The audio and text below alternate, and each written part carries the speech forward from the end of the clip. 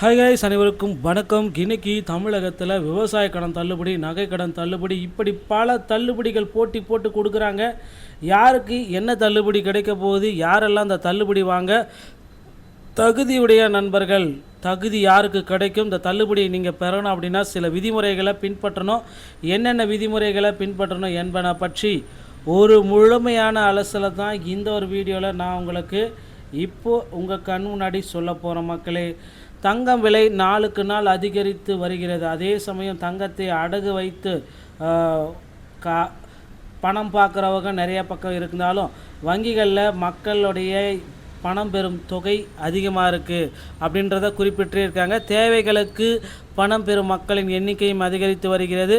திருமண செலவுகள், மருத்துவ செலவுகள், கல்வி கட்டணம் போன்றவற்றிற்காக பார்த்திங்கன்னா நகைகள் அரசு வங்கிகளும் தனியார் வங்கிகளும் அடமானம் வைக்கப்படுகிறது. இருப்பினும் கிராமப்புறங்களில் அதிகமாக கூட்டுறவு வங்கிகள் தான் மக்கள் நகைக்கடன்களை பெறுகின்றனர். காரணம், மற்ற வங்கிகளை ஒப்பிடும் பொழுது அங்கு வட்டி குறைவு என்பது. கடந்த முறை தேர்தல் முடிந்த பின்பு குறிப்பிட்ட அளவிலான கூட்டுறவு வங்கிகளில் வைத்த தங்க நகைக்கடன்கள் முழுவதும் தள்ளுபடி செய்யப்பட்டது ஒரு ஆச்சரியத்துக்குரியதுங்க.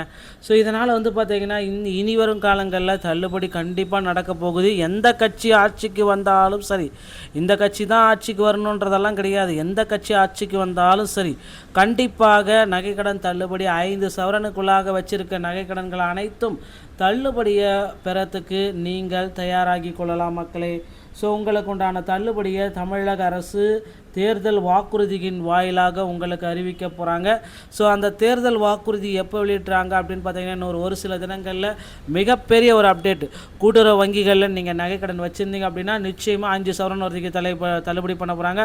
அதே போல் நேஷ்னலைஸ்டு 8 மத்திய அந்த அரசால் அங்கீகரிக்கப்பட்ட 8 வங்கிகளில் வச்சுருந்தாலும் தள்ளுபடியை கொடுக்க போகிறதா சில தகவல்கள் வந்திருக்க மக்களே. தயாராகி கொள்ளுங்கள். இப்போந்தே உங்களுடைய இகேஒய்சி பேங்க்களுடைய இஷ்யூஸ் ஏதாவது இருந்துச்சுன்னா அதை இப்போந்தே கிளியர் பண்ணிக்கோங்க. அக்கௌண்ட் ஓப்பன் பண்ணணும் அப்படின்னு நினச்சிங்கன்னா அந்த மார்ச் மாதம் 10ஆம் தேதிக்குள்ளார அக்கௌண்ட்டை ஓப்பன் பண்ணி வச்சுக்கோங்க.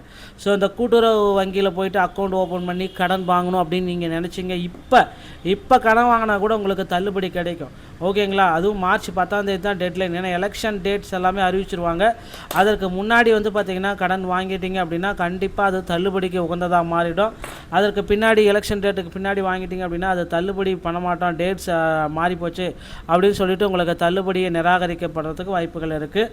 அதனால் இப்போ இந்த டைமில் 3லேருந்து 5 சவரன் வரைக்கும் நகை கடன் வாங்கினீங்க அப்படின்னா முழுவதும் தள்ளுபடி கொடுக்க போகிறாங்க. ஸோ கூட்டுறவு வங்கிகளில் முக்கியமான பயனாளிகளாக இருந்து விவசாயிகள் இருந்து வருகின்றன.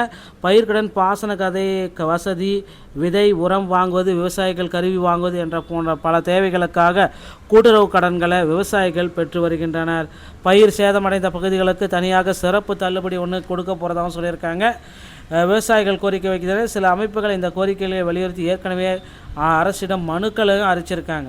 ஸோ இது ஒரு பக்கம் இருந்தாலும் அடுத்த கட்டத்துக்கு தமிழக அரசு செல்ல இருக்கிறது. மக்களுக்கு கல்வி கடனை முழுவதுமாக தள்ளுபடி செய்ய போகிறாங்க.